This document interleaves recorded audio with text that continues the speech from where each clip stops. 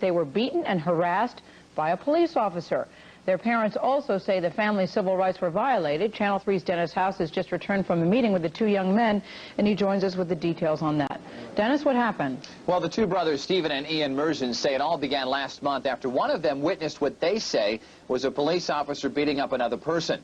And when Stephen alerted the Colchester Police Department of what he saw, he says police arrested him and his younger brother, there they are, for breach of peace. They were both taken off to the state police barracks, and they say beaten and verbally abused.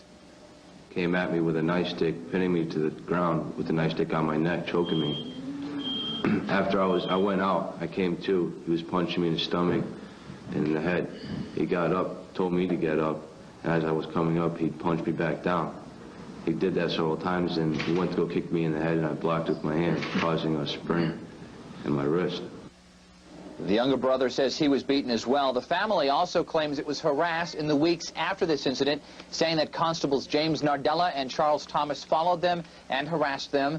The Merzens also tell me their sons have received death threats since that incident. Gayle. Now, Dennis, is it true that Mr. Merzen, the boy's father, is a police officer himself? He is a Hartford police officer, and I asked him how he's being treated at work, and he says fine. He says that he's being treated very well, and his fellow officers support him in this move. How badly were his sons beaten? Well, that's interesting because the lawyer does have pictures of the boys taken right after the incident, supposedly with bruises and cuts, although he declined to show them to us.